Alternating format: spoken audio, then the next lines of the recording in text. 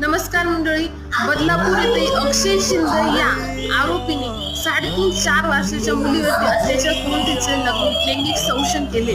मात्र बदलापूरमध्येच हा राक्षस आढळेल असं नाही. तुमच्या आसपासच्या परिसरात, तुमच्या आजूबाजूच्या स्कूलमध्ये अशा प्रकारचे राक्षस असू शकतात.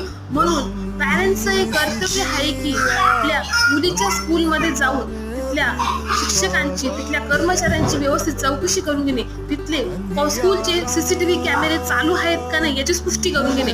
स्कूलमध्ये शिक्षक हे पॅरेंट्स मीटिंग अरेंज करत असतात, मात्र पॅरेंट्सला एवढा वेळ नसतो की ते पॅरेंट्स मीटिंग अटेंड करू शकतात. म्हणून प्रत्येक पॅरेंट्सचं हे कर्तव्य आहे की ते पॅरेंट्स मीटिंग त्यांनी अटेंड करावी आणि आपल्या मुलींचे भविष्य सुरक्षित करण्याचा प्रयत्न करावा.